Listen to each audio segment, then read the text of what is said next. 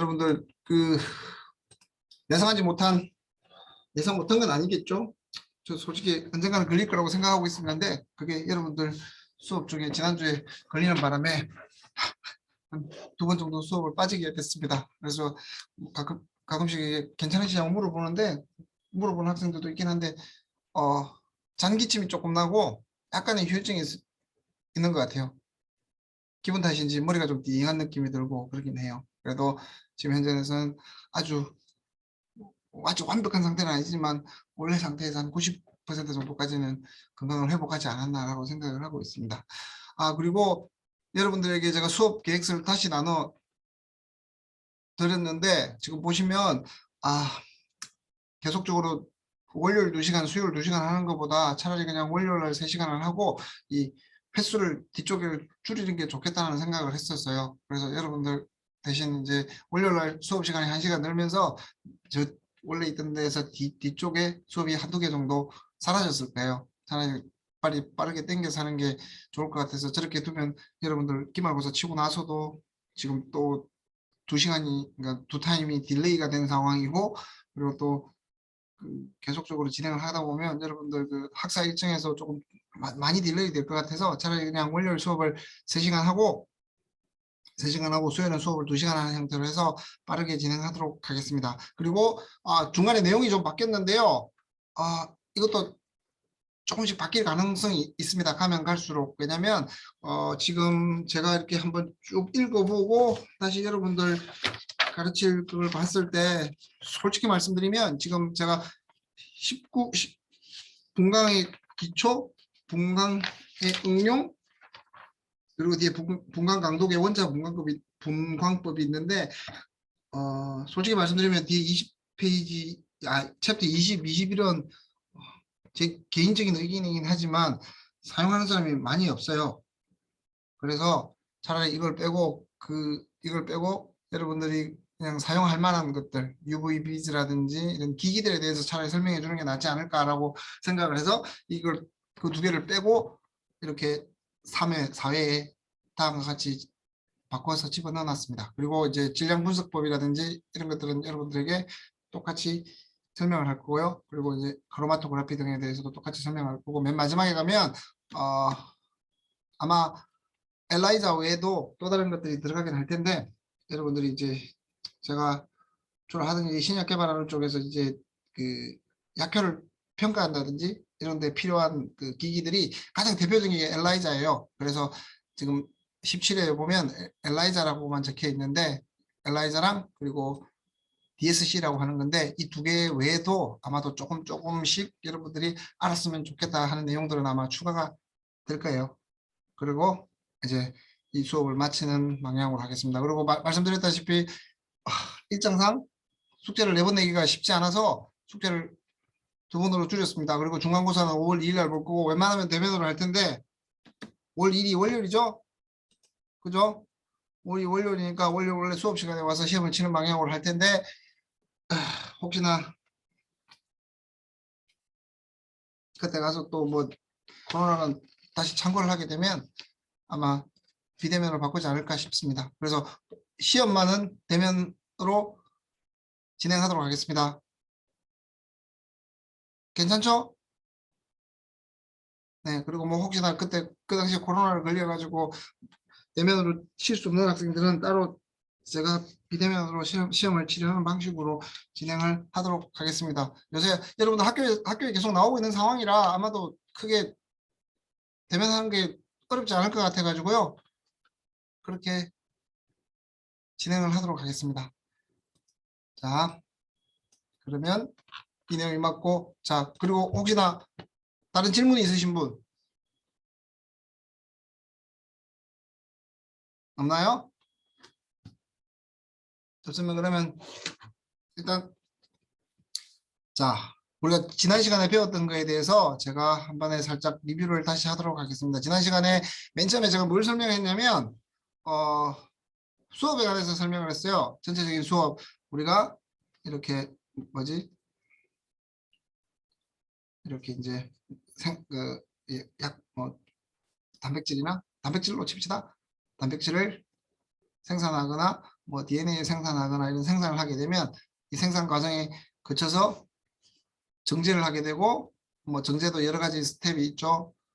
clarification, primary capture, polishing. 보통 공장에서 하는데 실험실 같은 데서는 한두 개, 한 개 또는 두 개만 하는 상황이지만 이런 정제 과정을 거치고 결국에는 포뮬레이션을 수행한다고 했고, 그래서 이제 요쪽 파트는 제가 생물 공정공학, 그리고 요쪽 파트는 그 생물 분리 공정이라는 과목에서 아마 다룰 거고요. 그리고 여기까지 전체적으로 이제 중간중간에 들어가는 기기 분석이 지금 바이오 분석 기계학이 걸쳐 있다라고 생각하시면 될 거라고 말씀을 드렸습니다. 그리고 뭐 쭉 다른 얘기도 조금 했었죠.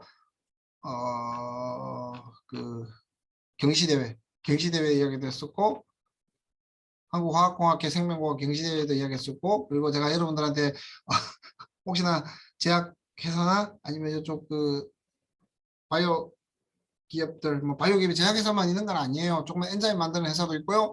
그리고 그런 회사들에게 필요한 것들을 공급하는 회사들도 있고 많은데, 그래서 여러분들에게 제가 제가 생각했을 때 두 가지 정도의 자격증을 이야기했죠. 하나는 화학 분석 기사라고 얘기했고, 그리고 하나는 바이오 화학 제조 기사.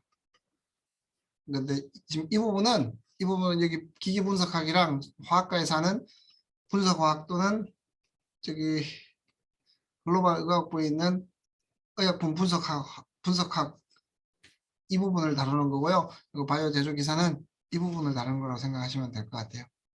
그래서 제가 이걸 여러분들에게 말씀을 드리는 이유가 뭐냐면, 여러분들이 혹시나 졸업을 하고 뭐 이쪽 분야로 계속 일을 진행한다고 하면 이 자격증을 따주는 게 여러분들에게 아주 좋을 것 같아서 말씀을 드리는 거예요. 그래서 아마 이런 수업들을 듣고 나서 아마 4학년 때쯤, 지금 4학년도 있을 수 있겠지만 4학년이나 졸업하기 전에 한번 도전해 보는 것도 나쁘지 않을 것 같아요. 왜냐면 여러분들 나중에 이제 뭐지, 그걸 내게 되면 그 뭐지, 그 뭐라 그러죠, 취업 지원서라 그러나요? 그죠? 그걸 내다 보면 여러분들이 자소서를 다른 사람보다 엄청나게 잘 쓸 수 있을 것이다라고 생각을 하지만, 솔직히 말하면 대동소이해요. 그냥 그런 것들을 보면 판단이 서는 게, 이 친구가 노력해서 썼나 아니면 그래서 어디서 빽 보고 적었나라는 정도 판단을 하지, 그걸 가지고 다른 사람들보다 내가 뛰어나다는 차이를 나타내기가 쉽지 않아요. 그래서 보통 이렇게 시험할 때 보면 가장 많이 보는 게 학점이에요. 학점을 가장 많이 보고 그 다음으로 많이 보는 게 이런 이제 기사 자격증이 되겠죠. 뭐 대학원생들이야 대학원 과정 동안 논문을 쓰고 하면 그 논문이 이제 내가 이때까지 열심히 일한 노력의 대가이고 뭔가라고 생각을 하겠지만, 학부를 졸업하고 하게 되면 화학 분석 기사라든지 바이오 화학 제조 기사 자격증이 있다 그러면 아마 그 면접하시는 분이 아주 훌륭하게 생각할 거예요. 그죠? 취업할 때 뭐 이게 이런 말 하면 될지 모르겠지만 옆에 같이 면접 보는 사람하고의 경쟁이잖아요. 그 사람보다 더 뛰어나 보여야 그 자리를 가는 거죠. 그죠? 그래서 뭐 그런 것들을 고려해 봤을 때 이 두 가지 그 기사 자격증이 여러분들한테 많이 도움이 되지 않을까라고 생각해서 이야기한 거예요. 저는 이제 그 뭐지, 제약회사나 이런 바이오 기업들에서 필요한 거라고 생각하시면 될 것 같아요. 여러분들 다 고민해 보세요. 뭐 따놓으면 아주 좋아요. 이거 따놓으면 뭐 어디에 쓸까라고 생각하겠지만, 그 사이에 이 시험을 준비하면서 여러분들이 또 공부를 해야 되기 때문에 많이 배우고 많이 익히고 할 거예요. 네. 그리고 이제 처음으로 말했던 게 제가 처음으로 했던 게 컬러 리미터였죠. 색깔에 따라 뭔가 컨센트레이션을 달라지게 하는 거. 그래 대표적인 게 뭐였어요? pH 지시약이 대표적인 거 있죠. 종이를 이렇게 보면 빨간색이면 뭐 pH가 2, 파란색이면 pH가 뭐 10쯤 된다라고 해가지고 한 게 그잖아요. 칼로리미트는 어떤 색깔의 변화에 따라서 농도를 나타내는 건데요 라고 말하면 맞죠. 왜냐하면 pH는 어찌 보면 H 플러스 이온의 농도니까요. 그죠? 그래서 대표적인 게 pH 지약이 있었고, 이제 이런 지시약 외에 우리가 기기를 이용해 가지고 사용하는 것들에 대해서 쭉 배울 거고, 이번 시간 그리고 다음 시간까지 배울 건데, 그리고 그런데 지금 여기서는 우리 pH 같은 경우는 그냥 간단하게 종이에 우리가 눈으로 보고 하는 거지만, 스펙트로포토미터 같은 경우는 이제 특정한 파장을 쏴서 그 몰레큘들이 업소션하고 뭐 형광을 다시 이제 뭐지 에너지를 낮추면서 발광을 하게 되고, 이런 것들을 가지고 특정한 물질의 농도를 측정한다라고 생각하시면 될 것 같아요. 지금 앞에 1시간, 앞으로 한 3시간 정도, 3시간 정도는 이러한 형태의 실험을 할 거고, 이게 농도를 알아내는데 중요한 역할을 한다라는 거죠. 그래서 제가 그 분석학은 두 가지로 나뉜다 그랬었어요. 하나는 퀄리테이티브, 하나는 퀀티테이티브. 순서가 이렇게 가요. 보통 안에 뭐가 들어있는지 알아야 뭐가 들어있는 얘들의 농도를 측정할 거잖아요. 이게 가장 기본 분석을 하는 사람들의 가장 기기를 사용해서 뭔가를 알아내고자 하는 사람들의 가장 큰 목적이에요. 일단은 지금 아이디 뭐가 들어있는지, 물론 조금 더 이제 시대가 변해가지고 단백질 같은 거 같은 경우는 뭐 서열이라든지 구조라든지 이런 것도 퀄리테이티브 안에 들어가겠죠. 근데 그 다음 중요한 거는 그거 하고 나서 다음으로 해야 될 건 이 안에 내가 원하는 A라는 단백질이 얼마나 들어있는가 라는 것들을, 얼마나 들어있는 농도를 측정하는 게 그 두 번째입니다. 다시 말하면 뭐가 들어있는지, 그리고 구조가 대략적으로 어떻게 되는지, 이게 퀄리테이티브, 그리고 그걸 알아낸 다음에 얘들이 얼마의 양으로 존재하는가 를 알아내는 게 이 지금 배울 거의 거의 대부분이라고 생각하시면 돼요. 분석 과학을 지금 제가 여러분들에게 우리 교재를 사라고 했던 게, 이게 처음에는 퀀티테이티브 케미컬 아날리시스라고 되어 있는데, 다시 말하면 뭐 어찌 보면 순서예요. 퀄리테이티브가 안 되면 퀀티테이티브가 되지 않고, 결국에는 농도를 알아내는 게 분석하는 데 가장 큰 목적이기 때문에 이 두 가지를 염두에 두고 많은 기기들이 있다고 생각하시면 될 거고, 그래서 계속적으로 여러분들에게 수업 시간에 소개하고 알려줄 그런 기기들이 무엇이 있는지, 그리고 구조가 대략적으로 어떻게 되는지, 그리고 결국에는 얘들의 농도를 알아내기 위해서 수없이 많은 기기들을 만들어낸 거예요. 그 수없이 많은 기기들이 각각의 뭐 질량 분석기 같은 경우는 단백질에 유용하게 쓰이고, 근데 DNA는 좀 아닌 것 같고, 그리고 DNA를 하려고 그러면 뭔가 나노 드롭을 하면 되고, 그리고 뭐 또 다른 안에 있는 뭐 예를 들면 트랜지션 메탈 같은 것들의 농도를 알고 싶다 하면 보통 ICP 매스라는 걸 사용을 하게 돼요. 그리고 정확하게 케미컬 구조를, 그냥 다른 거 필요 없고 케미컬 구조를 알고 싶다 하면 여기는 배우지 않고 여러분들 유기학에서 배울 그 NMR 같은 것들을 주로 사용하게 되겠죠. 다시 그냥 이번 이 수업, 그리고 이 이전에 뭐 분석학이라든지 이런 수업을 봤을 때 이 책을 가지고 해서 전체적으로 봤을 때 하는 일이 두 가지입니다. 퀄리테이티브, 퀀티테이티브. 뭐 어떤 놈이 들어있는지, 그리고 그 놈의 구조는 플러스해서 이 놈의 구조는 어떻게 되는지. 단백질 같으면 서열도 들어가겠죠.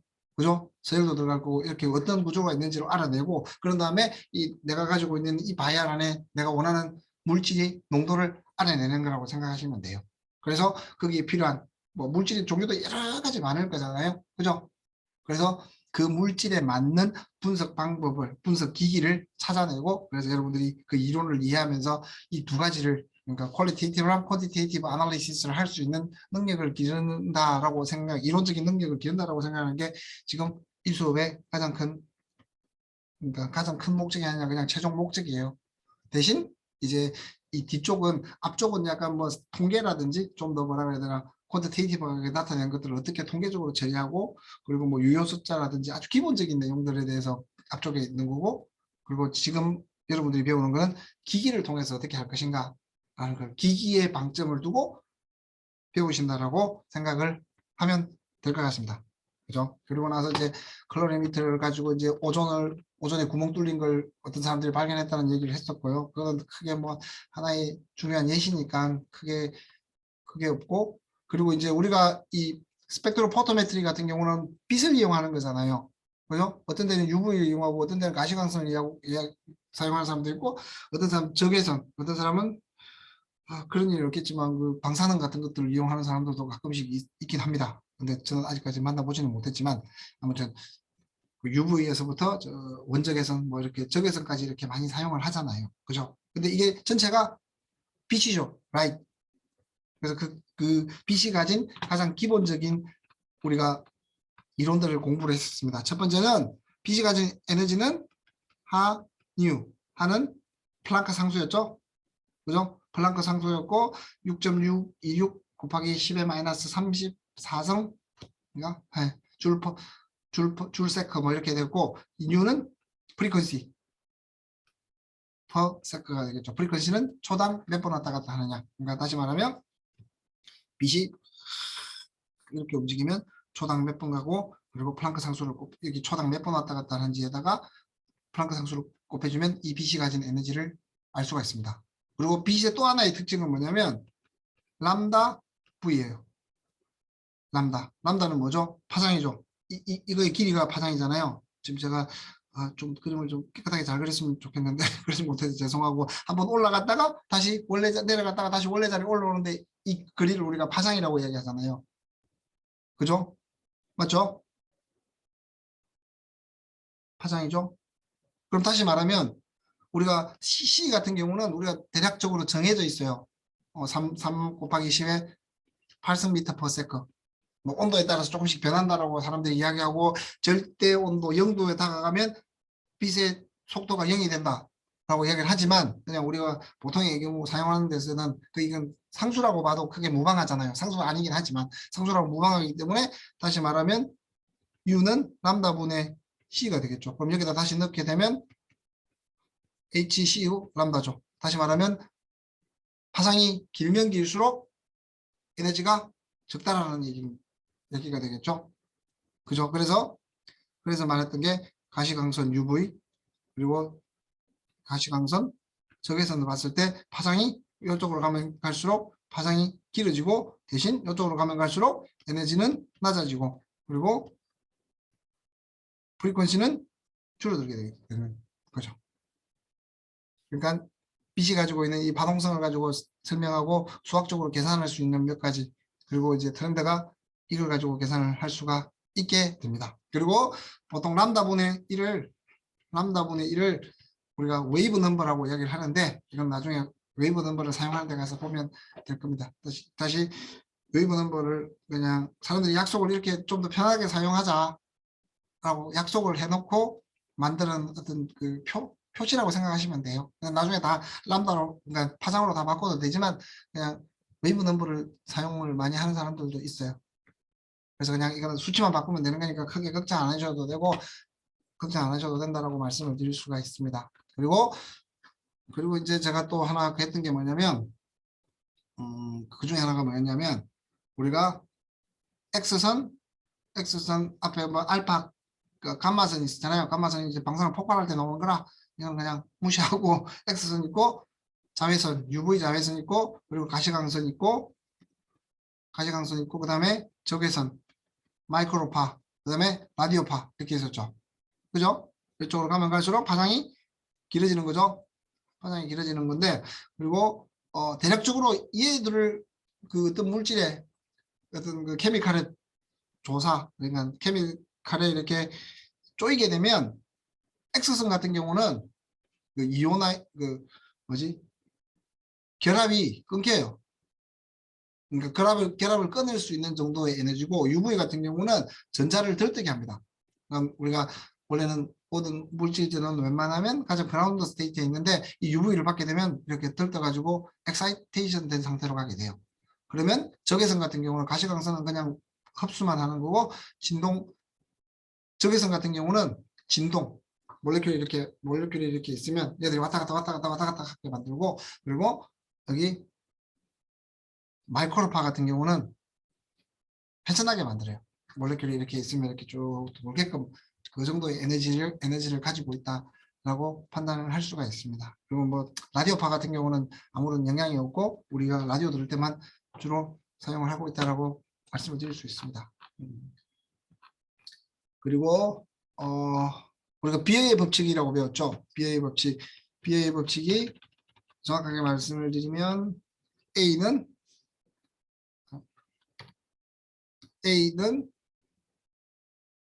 몰레큘라 옵서비티 그리고 패스 거리 그리고 컨센트레이션. 이게 이제 중요한 포인트가 되는 게 스펙트럴 포토메트리의 가장 중요한 포인트가 되는 게 뭐냐면 우리가 분석학의 가장 큰 마지막 목표가 뭐라 그랬어요? 농도 구하는 거라고 그랬잖아요. 어떤 물질 안에 들어있는 농도, 절대량, 뭐 농도야 뭐 농도를 알면 뭐 절대량이나 부피 재보면 부피는 쉽게 잴 수 있으니까 부피를 알면 알 수 있는 상황이잖아요. 그래서 이걸 구하기 위해서 이제 사용을 하는 거죠. 그 물질이 가진 다시 보면 이거는 우리가 만들어주는 패스웨이 길이 뭐 셀의 또는 큐벳의 크기는 내 마음대로 만들 수 있으니까 크게 문제가 없는데 이제 각 물질이 가지고 있는 몰라 옵서비티를 알면 흑광을 알 수가 있는 거죠. 그러니까 흑광을 스펙트럴 포토미터를 통해 가지고 구하고 그리고 그 물질 우리가 알고 있는 A라는 물질이 가지고 있는 몰라 옵서비티를 알게 된다 그러면 쉽게 농도를 구할 수가 있게 되겠죠. 그죠? 이 내용이에요. 이걸 가지고 이제 전체적으로 쭉 한 3-4시간 동안 이 얘기를 좀 더 자세하게 한다라고 말씀을 드릴 수가 있습니다. 그리고 네, 그게 이제 제가 쭉 했던 얘기고요. 지난 시간에 했던 얘기고 이번 시간에는 이제 우리가 금방 말씀드렸던 A equal 몰라 옵서비티 패스웨이 그리고 농도 이걸 가지고 한번 조금씩 들여다보는 형태라고 생각하시면 되겠습니다. 우리가 스펙트럴 포토메트리가 잠시만요. 제가 한번 찾아볼게요. 제가 이제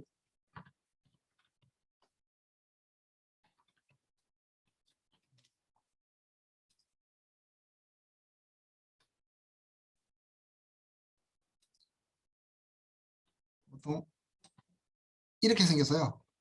이렇게 생겼고 여기다가 여러분들 1ml 정도 채운 다음에 그리고 스펙트럴 포토메트 같은 걸 한번 보면 좀 약간 옛날 건데 이렇게 생겼어요. 여기다 꽂고 문을 닫고 파장을 맞춰준 다음에 누르면 지 소리가 나고 옵서비티를 알려줘요. 그리고 이거 말고 우리가 최근에 사용하는 것 중에 대표적인 게 뭐냐면 나노드랍이라고 있어요. 나노드랍. 쟤들은 지금 1ml이 들어가면 양이 많은 편이에요. 솔직히 우리가 생각해 봤을 때 단백질은 양이 적고 가격이 비싸잖아요. 그죠? 만드는 비용도 여러분들이 만약에 만든다 하더라도 비용이 많이 들어가기 때문에 요새 나노드랍이라는 걸 많이 쓰는데 나노드랍 여기다 한 1마이크로리터, 2마이크로리터를 올려놓고 닫고 누르면 쭉 읽어줘요. 네. 지금 큐벳은 솔직히 말하면 옛날 거예요. 저도 제가 실험을 시작했던 게 이런 바이올로지컬한 실험을 시작했던 게 한 2002년 정도였거든요. 지금 저 20년 전에 한 2-3번 사용해보고 지금은 다 나노드랍 또는 96L짜리를 사용을 하고 있습니다. 그래도 이제 알아야 돼서 이게 최근 옛날 거부터 세세하게 가르쳐 드려야 새로운 것들도 쉽게 익힐 수 있어서 넣어 놓은 것 같은데 다시 말하면 여러 종류가 있지만 제가 한번 사용했던 거 이 스탠다드를 거의 사용했었고요. 스탠다드를 거의 사용했었는데 지금은 거의 많이 사용하는 걸로 알고 있습니다. 이걸 사용하는 대신에 이렇게 96일짜리라고 구멍이 96일이 되어 있는 것들을 사용을 하거나 할 거예요. 보면 이런 거 여러분들 그 일반 생물학 실험할 때 봤죠? 이거 본 사람들 많을 거예요. 그죠? 여기다가 뭐 반응을 보낸다든지 농도를 측정할 때 뭐 브래퍼드 어세이 등등 이렇게 해서 사용을 하잖아요. 최근에는 이걸 더 훨씬 더 많이 사용한다라고 생각하시면 될 것 같아요. 이 내용은 이제 보면 뭐 크게 내용은 없고 뭐 디스포저블 뭐 가격에 따라 사용하는데 거의 여러분들 많이 사용하지 않을 거고 만약에 사용한다 하더라도 실험실에 가면 그대로 그 기기에 딱 맞춰가지고 있는데 이런 걸 읽는 기기를 요사이 많이 팔지 않아요. 그래서 사람들이 나노 드롭을 많이 사고 해서 팔지는 않는데 아마 어디 뭐 학교에 어딘가 있긴 할 거예요. 그래서 이제 다시 말하면 이거예요. 우리 A를 측정하기 위해서 있고 몰레큘러 업소시비티는 안에 들어있는 어떤 특정 물질에 의해서 나타나지겠죠. B는 이 사이 패스 그리 지금 여기 1cm라고 되어 있잖아요. 1cm. 그러면 나중에 넣어서 A가 나오게 되면 농도가 나오게 되겠죠. 그리고 이제 여기서 이쪽은 이제 뭐지? 이쪽은 그뭐 빛을 통과시키는 범위를 나타내는 거예요. 그래서 이제 이 겉에 만드는 것들에 대해서 이야기를 한 거고, 아니구나. 얘들은 이제 그 UV 레이저를 제너레이션 하는 물질들에 대해서 이야기하는 거고, 얘들은 이제 글라스 같은 경우는 웨이브 레인지 얘들을 통과시키고, 얘들은 쿼츠는 190에서 200, 2500 정도 통과시킨다는 의미예요. 당연히 글라스보다 쿼츠가 비싸죠. 그리고 이제 당연히 사람들은 시간이 흐르면 우리가 바이오로즈를 하게 되면 오염이 일어나면 안 되니까 또 일회용을 많이 사용하기 시작했어요. 그래서 뭐 범위는 좁지만 이 정도면 충분하지 않나 싶어서 이제 일회용 한번 쓰고 버리는 것들을 많이 사용을 했습니다. 지금 생각해 보니까 저는 한번 사용하고 버리는 일회용을 거의 사용을 했었던 것 같아요. 한 3-4번 정도 사용하고 그 이후로는 거의 사용을 안 했었는데 아무튼 몰레큘러 업소시비티, 몰라 업소시비티랑 A 값을 구해서 농도를 알기 위해서 이러한 실험을 한다라고 말씀을 드릴 수가 있습니다. 그래서 A는 observance, 입실로는 몰라 observability, observability 발음이 좀 쉽지가 않은데 observability. 그리고 B는 이 pathway, path 그리. 그러니까 보통 이거 같은 경우는 1cm고 96일 바이알은 더 작겠죠, 그죠? 96일 플레이트 같은 경우는 더 구멍이 거리가 더 작을 거고, C는 우리가 알고자 하는 농도라고 생각하시면 될 것 같습니다. 그리고 자, 그러면 자, 몰 흑강 계수를 구하라는 게 나와요. 그죠? 그 지금 계속 설명했던 스펙트로 포토메트릭 아날리시스의 가장 근본적으로 되는 게 A는 B, C라고 그랬죠. 그래서 이제 이 아날리시스를 통해서 얘를 구하는 게 목적인 거고, 걔들을 한번 생각해 봤을 때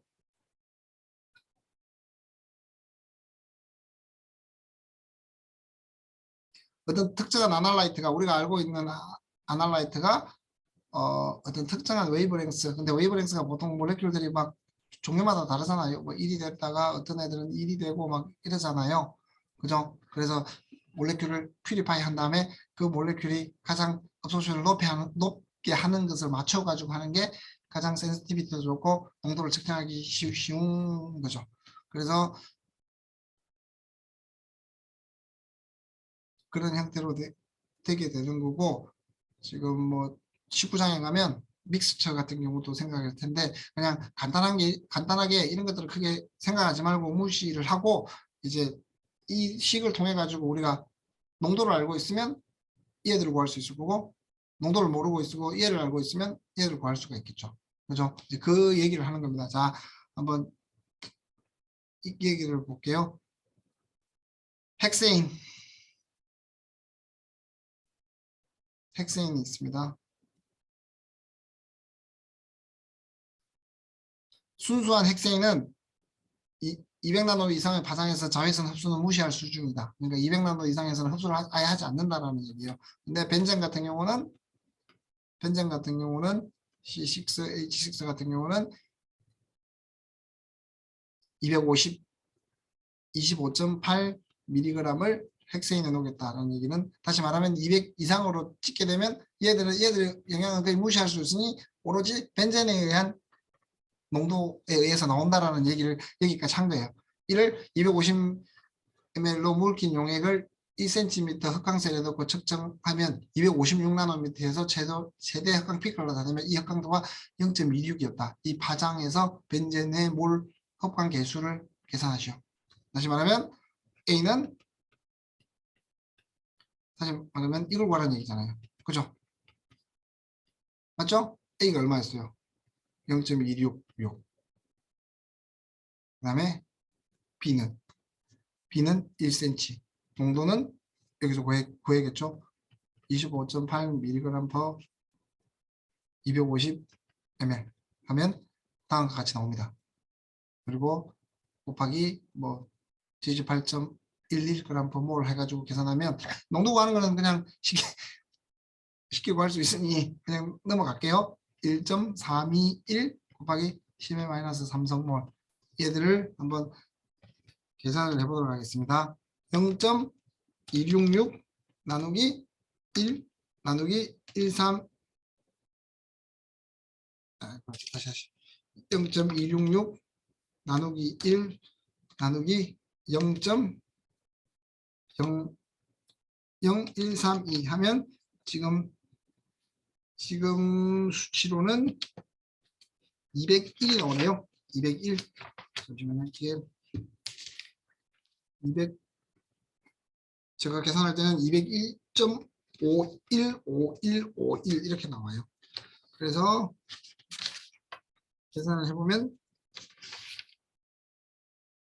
201.5가 나오는데 제가 계산기를 좀 잘못 두드렸는지 책에는 204가 나오네요. 201.4가 나오네요. 아마 이쪽을 가지고 제가 계산을 해서 그런 것 같습니다. 그래서 201.4가 나오니까 대략적으로 맞다라고 생각하시면 될 것 같아요. 자, 다시 말하면 얘들을 가지고 뭘 헛간계수를 구하든지 근데 거의 대부분 이걸 구하는 걸 거예요. 얘들은 그 물질마다 아마 어느 정도 테이블을 하돼 가지고 구글이나 아니면 사람들이 데이터를 가지고 있을 거라서 그걸 가지고 이게 쉽게 알 수 있는 쉽게는 아니지만 하여튼 어딘가 계속 쌓여져 있는 수치들이라 여러분들이 쉽게 구할 수 있을 겁니다.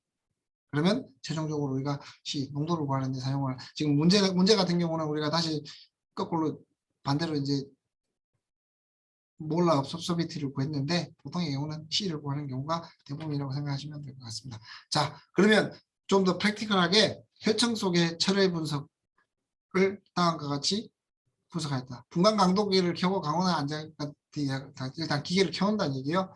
그리고 1ml의 혈청 시료에 2ml의 환원제 2ml의 산을 가해 F1을 환원하여 트랜스페닌을 분리시킨다. 다시 말하면 여기서 이제 이 물질을 섞게 되면 이러한 형태가 되고 이러한 형태를 가지고 이 분간 강도를 찍으면 이러한 형태가 나와요. 그죠? 그래서 그 철의 양에 따라서 이렇게 보면 이미지가 증가하고 아마 여기서 측정했겠죠? 대충 보니까 왜 수치가 나와 있나? 562네요. 562에서 흑강도가 0.38이었다. 그러면 농도를 계속적으로 증가하게 되면 이 흑강도도 증가하겠죠? 왜? A는 epsilon B, C니까 농도가 증가하게 되면 당연히 이것도 증가하겠죠. 그래서 이런 스탠다드 커브를 그려서 나중에 혹시나 다른 사람들이 피 안에 들어있는 것들을 가지고 얼마나 들어있는지 우리가 다시 역으로 농도를 알 수가 있습니다. 그러니까 여러분들 예를 들면 여러분들 지금 18명의 피를 다 모아놨어요. 근데 제가 다른 피를 가지고 각각의 농도에 따라 스탠다드 커브를 그린 다음에 여러분들 걸 똑같이 처리해가지고 스펙트로 포토메트리에 분석을 하게 되면 여러분들이 이제 어떤 사람은 빈혈이 있고 어떤 사람은 빈혈이 있을 확률이 적고 하는 것들을 쉽게 알 수가 있습니다. 그러니까 다시 말하면 P 속에 F2를 환원시키고 하니까 지금 Fe2 페로진 3 이제 이게 페로진이에요. 이 페로진이 3개 붙은 것 철하고 3개 붙은 것들을 스펙트로 포토메트리로 분석을 해보니까 562나노미터에서 가장 크게 나와요. 그리고 업소소비티가 있으니까 쭉 계산을 쉽게 할 수 있다라는 얘기입니다. 그래서 예를 들면 여러분들 피에서도 똑같이 1ml를 가지고 똑같은 방식으로 처리한 다음에 이런 형태의 분석을 하게 되면 여러분들이 빈혈이 있는지 없는지 알 수 있습니다. 그 내용을 이야기하는 거고요. 그래서 똑같은 겁니다. 어찌 보면 얘들을 바탕으로 계산해낸다. 아니면 우리가 피 속에 정확하게 철을 넣어준 다음에 그 정확한 양을 알고 있는 양을 넣어준 다음에 이런 것들을 그려도 되고요. 그려도 되고 지금 이때까지 설명한 것 그렇게 이렇게 스탠다드 커브를 그리는 거 있는데 아니면 뭐 피 속에서 다른 물질들을 제거하고 페로진만 어느 정도 퓨리파이 할 수 있다 그러면 퓨리파이 해가지고 이 방법을 통해서 그러니까 스탠다드 물질을 가지고 얘들을 562에서의 몰라 업소비티를 구하게 된다 그러면 우리가 B 알고 있죠.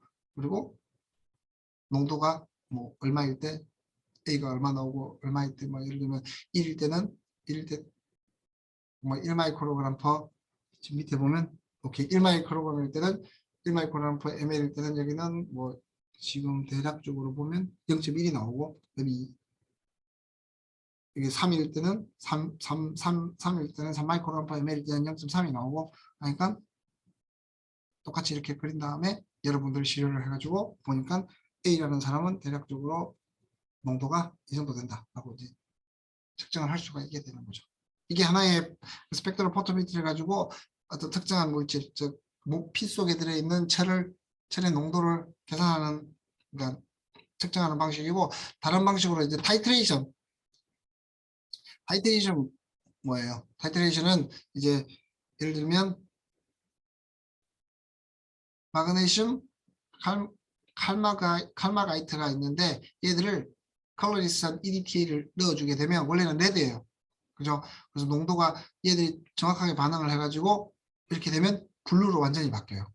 다시 말하면 이 색깔을 표현했을 때 색깔이 빨간색에서 블루 파란색으로 완벽히 변해갈 때 그때에 넣어준 EDTA 농도를 알면 얘들이 얼마나 있는지 알 수가 있을 거잖아요. 그죠? 그러니까 다시 말하면 EDTA를 농도를 넣게 되면 빨간색 그러니까 얘들은 그냥 눈으로 보는 뭐 색깔이라고 합시다. 그냥 이걸 나중에는 이제 스펙트럼 포토미터로 측량했지만 눈으로 이제 색깔을 이렇게 쭉 했는데 쭉 이쪽 EDTA 양이에요. EDTA 양을 계속 증가하는데 어느 순간 빨간색으로 계속 왜 이래 이거 빨간색으로 계속 유지되다가 어느 순간 이렇게 올라가겠죠. 그죠?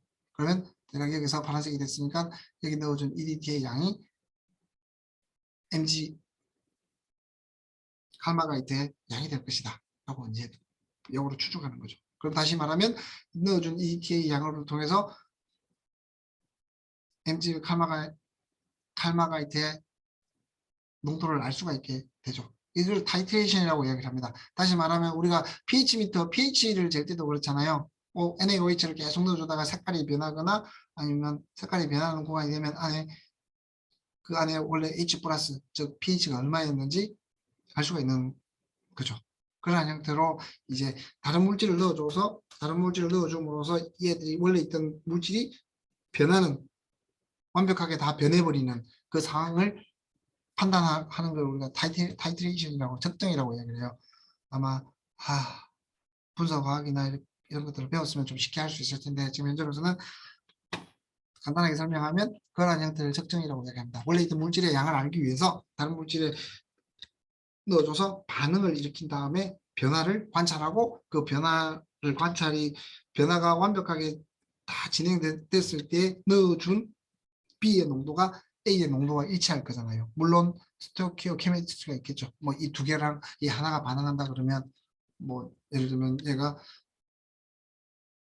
뭐 1마이크로그램 넣어줬으면 이 물질은 A라는 물질은 2마이크로그램이 존재하는 것처럼 뭐 물론 그 스토키오케미스트리 화학 양론은 빼더라도 그냥 1대1로 반응한다라고 하면 지금같이 MgIn이 EDTA라고 원래는 EDTA를 넣어주기 전에 레드였는데 조금씩 넣어주다 보면 레드가 조금씩 사라지겠죠. 그러다가 어느 정도 EDTA가 증가하게 되면 끝에는 다 블루로 변해버린다 라고 하면 그 블루로 완전 완벽하게 변한 시점이 얘들의 농도가 되겠죠. Mg의 농도가 되는 겁니다. 걔들을 이제 이렇게 측정을 하게 됩니다. 지금 보면 EDTA를 이렇게 쭉 넣어주게 되면 엔드 포인트로 딱 갈 거잖아요. 그러면 이 부분이 얘들의 농도가 되는 거죠. 이해가세요?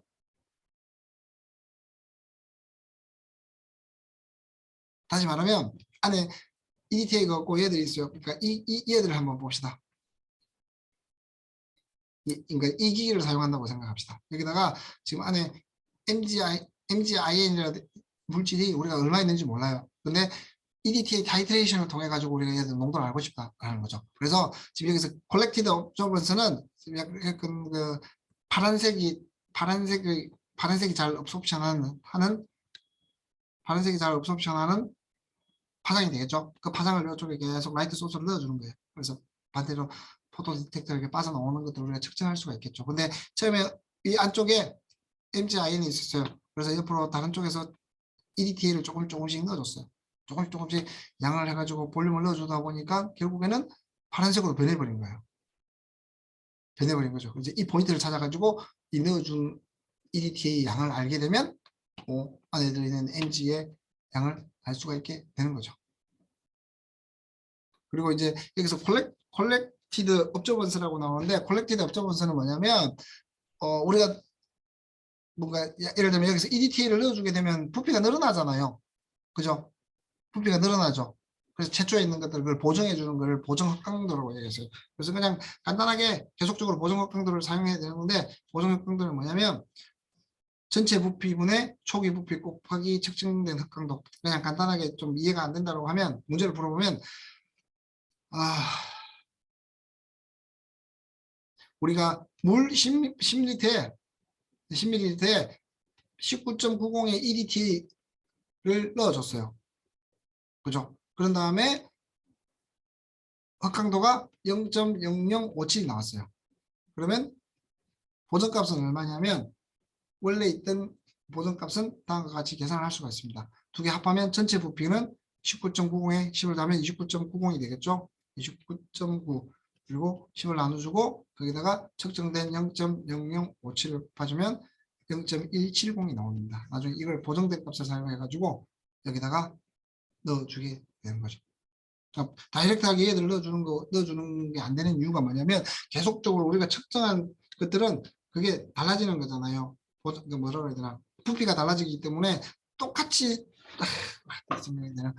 똑같은 상황에서 측정한 게 아니라 달라지는 상황에서 측정을 한 상황이고 그게 이제 부피 값을 보정을 해주는 거라고 생각하시면 돼요. 그래서 지금 여기 보면 원래는 0.057이었는데 0.057이면 요 정도 있어야 되는데 지금 19.9에서는 여기 와 있잖아요. 그래서 다시 말하면 보정된 값을 사용을 하게 된 거죠. 정확히 말하면 부피가 늘어나기 때문에 이런 일을 하게 되면 부피가 계속적으로 늘어나기 때문에 그 부피에 관한 보정값을 다음과 같이 보정 흑강도로 해가지고 계산을 한 다음에 이렇게 그래프를 만들어주는 거라고 생각하시면 돼요.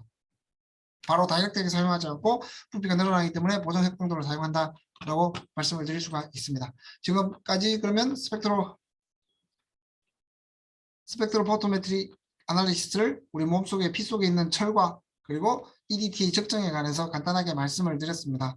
그냥 정확하게 말하면 농도를 알고 싶은데 농도를 알고 싶고 어떤 특정한 물질의 농도를 알고 싶다. 철의 농도를 우리 피 속에 있는 철의 농도를 알고 싶다. 근데 철에다가 그 페로진을 넣어주면 세 개가 붙어가지고 562나노미터에서 가장 높은 업소션이 일어나니까 걔들을 넣어줘가지고 양별로 측정한 다음에 스탠다드 커브 같은 걸 그리고 여러분들이나 다른 사람들 환자들의 빈혈 환자들을 가지고 측정하면 이 사람이 빈혈인지 아닌지 알 수 있다라는 게 첫 번째 예시였고요. 두 번째 색깔이 변하는 타이트레이션에 가서 말씀을 드렸습니다. EDTA를 넣으면 원래는 빨간색이었는데 반응하고 나면 블루로 바뀌고 그 블루에 업소프션하는 스펙트로포토메트리를 측정하게 되면 그 넣어준 EDTA 양에 따라서 결국에는 결국에는 블루로 변하는 그 포인트를 찾아가지고 그 포인트를 알게 되면 넣어준 EDTA 양을 알 수가 있잖아요. 역으로 원래 있던 MgIN의 농도를 알 수 있다. 이걸 이제 전체적으로 타이트레이션이라고 이야기를 하고 이 타이트레이션을 스펙트로포토메트릭 아날리시스로 했다라고 생각하시면 될 것 같습니다. 그리고 이제 다시 넘어와서 보면 저번에 했던 얘기들하고 비슷한 거예요. 일단 뭐 에너지가 증가하게 되면 이제 얘들은 크게 뭐 그거 없이 제가 마이크로 파일 때는 어떻다 그랬어요? 분자들이 보통 이렇게 회전한다 그랬죠. 그죠? 회전한다 그랬고 적외선일 때는 얘들이 진동한다 그랬죠. 이렇게 진동을 하는 건데 이제 그 얘기를 좀 더 세세하게 뭐 나눠 놓은 거예요. 그래서 크게 뭐 여러분들 이걸 알 필요가 있거나 그러진 않아요. 그냥 그에 따라서 어떤 놈은 이렇게 움직이고 어떤 놈은 이렇게 움직인다는 걸 이 그림에서 설명하고 있는데 그냥 대략적으로 적외선을 쏘게 되면 얘들이 진동하고 지금 여기서 나타낸 거는 좀 더 자세하게 뭐 이렇게 진동하는지 이렇게 진동하는지 이렇게 진동하는지 이런 것들에 대해서 설명을 하고 있는데 굳이 이거까지 알 필요는 없고 그냥 대략적으로 적외선이 쏘게 되고 걔들을 옵소션하게 되면 진동을 한다.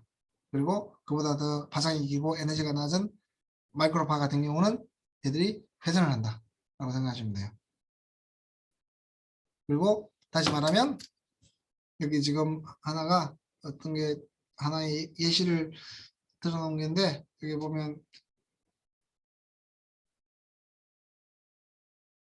CH2, COH2 이 물질 같은 경우는 그라운드 스테이트에서는 이렇게 이제 이 거리가 120피코미터 정도고 얘들이 116.5도 정도 되는데 에너지를 받아고 익사이테이션이 되면 얘들이 길이도 길어지고 그리고 각도도 꺾이게 되고 그리고 이 각도도 늘어나게 되고 이렇게 이제 모양 자체가 변한다는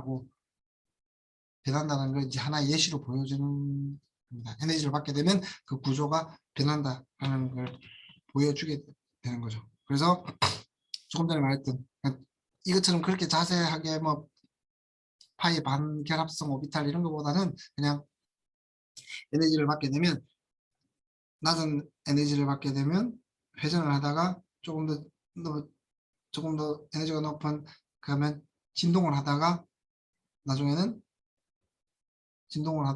결국에 나중에는 이온이 끊기는 현상까지 생기잖아요. 그래서 가시광선 같은 경우는 우리가 쏘았을 때 전자가 들뜨게 되고 그리고 그보다 더 센 X선 같은 경우는 이온이 그러니까 연결이 끊기면서 이온화가 되거나 뭔가 다른 일이 그 코발란트 본드가 깨지게 되고 그리고 가시광선은 그냥 옵소션만 하고 색깔을 나타내주고 적외선 같은 경우는 진동, 마이크로파 같은 경우는 회전. 그럼 다시 말하면 걔들을 좀 더 세세하게 설명한 게 이 도표라고 말씀을 드릴 수 있는데 이 그림이라고 읽을 수 있는데 굳이 이것까지는 여러분들 크게 모르셔도 될 것 같아요. 그리고 그 다음에 이제 루미네센스. 루미네센스는 그냥 아무런 그거 없이 그냥 계속 빛을 좀 빛을 보이는 것들을 말하는 거죠. 자, 만약에 어떤 물질이 흑광이 일어나게 되면 이렇게 옵소션이 일어나게 되면 에너지가 뛰게 되잖아요. S0에서 S1 레벨로 이렇게 가게 되죠. 그런 다음에 원래는 모든 물질들은 안정한 상태로 다시 되돌아오려는 본능이라고 해야 되나? 하여튼 모든 물질은 익사이테이션이 되면 다시 원래 상태, 안정한 상태로 되돌아오려는 본능이 있습니다. 그래서 여기서 보시면 이렇게 올라가고 난 다음에 다시 내려오게 되죠. 다시 내려오게 되는데 그때 이게 올라갈 때 에너지를 빛을 업소션할 거잖아요. 그죠? 주로 UV가 되겠죠? 업소션 하게 되고 다시 이제 에미션 다시 원래 상태로 돌아오게 되면 거기서도 이제 에너지가 나오게 되죠. 에너지가 떨어지니까 거기 에너지 차만큼의 빛이 나오게 되죠. 이걸 플로어로센스라고 해요. 형광이라고 얘기를 하고 그러면 다시 말하면 형광을 비교했는데 보통 형광이 파장이 더 길고 에너지가 더 낮아요. 이 그림으로 설명할 수가 있어요. 익사이테이션 돼가지고 쭉 바이브레이션에 다 올라갔다가 보통 이거는 이렇게 올라가지만 에미션 될 때는 얘들도 다시 이쪽으로 내려왔다가 질금질금 뭐 계단 내려오시 내려왔다가 여기서 다시 다른 상태로 내려오기 때문에 이 거리가 크죠. 이건 거리가 짧고 그래서 뭐 대략적으로 대칭이긴 하지만 흑광보다는 발광이 파장이 길고 에너지가 낮은 이유가 이걸로 설명이 가능해요. 그러니까 우리가 다시 말하면 어떤 밑쪽에서 이렇게 몰레큘들이 이렇게 있어요. 몰레큘이 많이 있는데 빛을 확 쏘여주니까 쫙 올라갔어요. 그러면 올라가는 게 여러 종류가 있고 그러면 여기서 우리가 에너지를 UV 에너지를 합광한 거잖아요. 그죠? 그래서 이 길이는 에너지 정도를 나타낼 거고. 그죠? 근데 얘들을 다시 그림을 그리면 이 까만색이 되겠죠? 그죠? 까만색이 될 거고. 근데 다시 말해서 이제 흑광이 된 상황에서 이렇게 됐는데 발광 같은 경우는 다시 이제 얘들이 다시 원래 자리로 내려와야 될 거잖아요. 근데 원래 자리에서 그대로 다이렉트하게 보통 내려오지 않고 찔끔찔끔 내려와가지고 가장 낮은 그 바이오레이셔널 레벨 S1에서 가장 낮은 상태로 이렇게 내려와요. 또. 이렇게 내려와서 이렇게 모여가지고 또 쭉 내려와요. 그러니 여러분들 이 길이보다 이 길이가 적죠. 다시 말하면 이 그 크기는 에너지를 나타내고 에너지가 얘들보다 작으니까 당연히 에너지가 작은 건 파장이 길게 되겠죠. 그래서 다음과 같이 이렇게 파란색이 파장이 더 형광의 파장이 더 길어지는 이유가 이 이유 때문입니다. 다시 말하면 원래 상태에서 그 중에 가장 낮은 S1 상태로 이렇게 질끔질끔 내려와요. 그런 다음에 근데 여기서 내려오는 것도 보통 빛의 파장이 너무 길어서 우리가 측정하거나 그러지 못해서 아니면 열로 발산이 되거나 이런 형태라서 우리가 알 수가 없는데 그리고 바이브레이셔널 레벨 S1에서 S자리로 이렇게 쭉쭉 내려오게 되면 이제 형광이 나오게 되죠. 근데 이 형광의 파장은 이 크기와 비례가 할 거고 이거와 흑광과 비교했을 때 이 크기는 짧죠. 다시 말하면 에너지가 더 적게 발광이 된다는 의미예요. 그러니까 흑광할 때는 이만큼 그러니까 100을 받았는데 거기서 원래 S1의 가장 바닥 상태로 내려올라다가 뭐 한 80 정도, 그러니까 20 정도는 어디로 잃어버렸어요. 그러면 내려오면 또 다시 80이 되겠죠. 그죠? 근데 원래는 100을 흑광하고 80을 그러니까 형광을 하니까 이 80을 형광을 하게 되면 이 100보다는 파장이 더 길겠죠. 그죠? 그래서 이제 이러한 형태로 나타나게 됩니다. 흑광이 발광보다 파장은 짧지만 에너지는 더 큰 형태가 되겠죠. 그래서 왜냐하면 아까 말씀드렸잖아요. 그죠? 에너지가 높으면 파장이 길고 파장이 짧고 에너지가 낮으면 파장이 길고 그래서 이 설명을 통해 가지고 얘들을 가지고 이 그래프가 왜 이렇게 나왔는지 그 뭐 각각의 포인트는 또 그 물질의 특징이 있지만 전체적으로 봤을 때 형광이 흑광보다 훨씬 더 오른쪽에 있고 파장이 긴 이유가 이걸로 설명을 할 수가 있습니다. 자,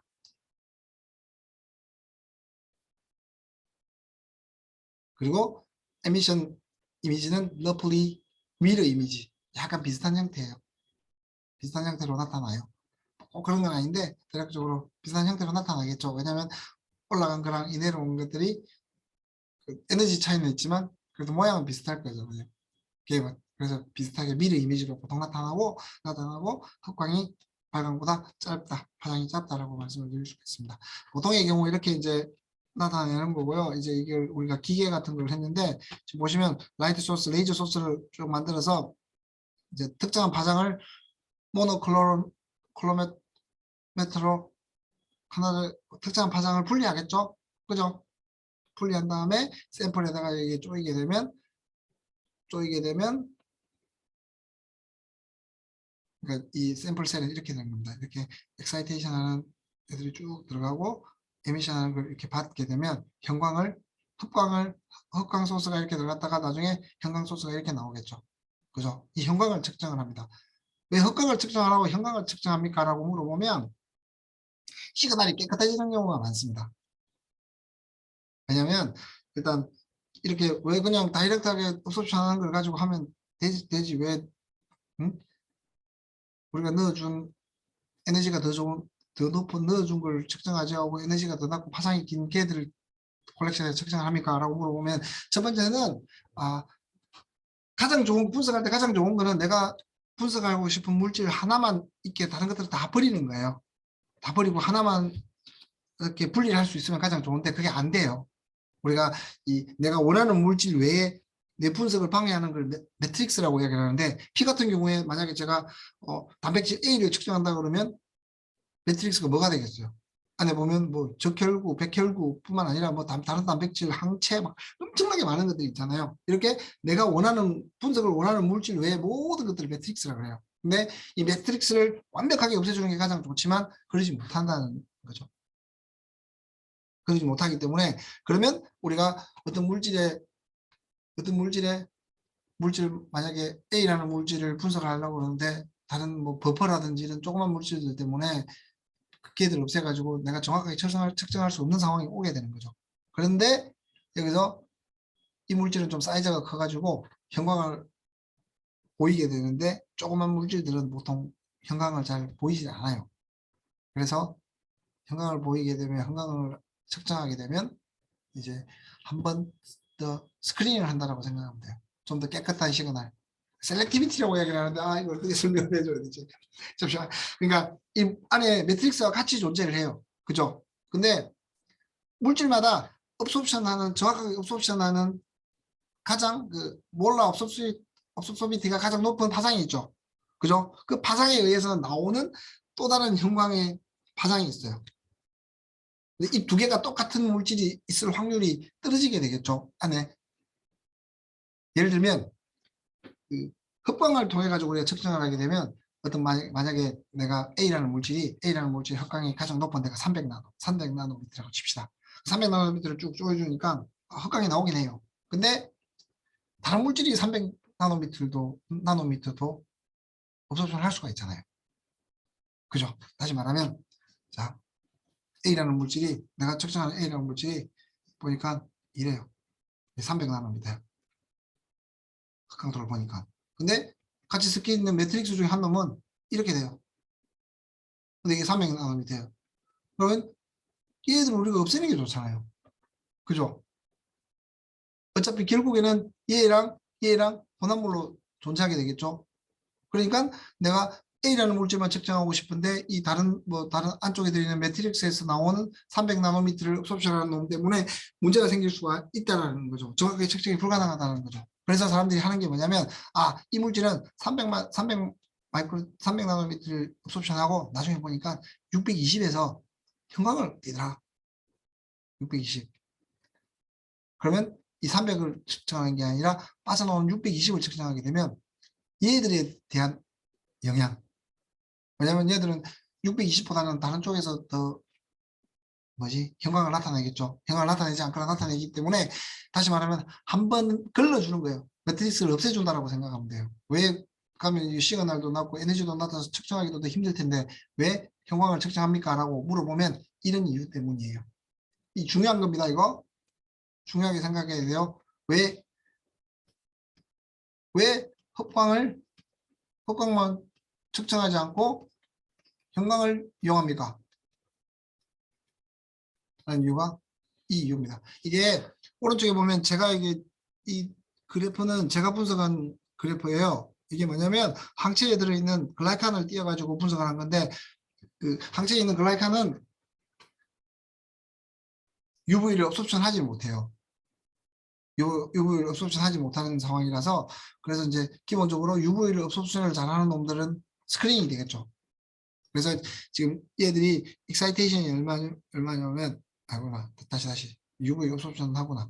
265나노미터를 업소션 하고 형광이 425가 맥스예요. 흑광은 265, 그러니까 제가 붙여주는 이물질을 말하는데요. 이물질을 흑광은 265, 형광은 425예요. 그래서 425를 측정하면 이렇게 깔끔하게 나와요. 근데 265를 흑광만 측정하게 되면 이렇게 안 나와요. 이상하게 나와요. 그 말은 이 흑광, 발광의 두 스텝을 통해 가지고 다른 물질들의 방해를 확 줄였다라는 얘기예요. 지금 계속적으로 말하는 게 왜 흑광만을 사용해도 되는데 형광을 이용합니까? 더 측정하기도 힘들고 할 텐데 왜 하는지에 대해서 쭉 설명을 드렸습니다. 자, 혹시 질문 있으신 분? 자, 그러면 한 10분 정도 쉬었다가 다시 이제 그 다음 챕터로 넘어가도록 하겠습니다.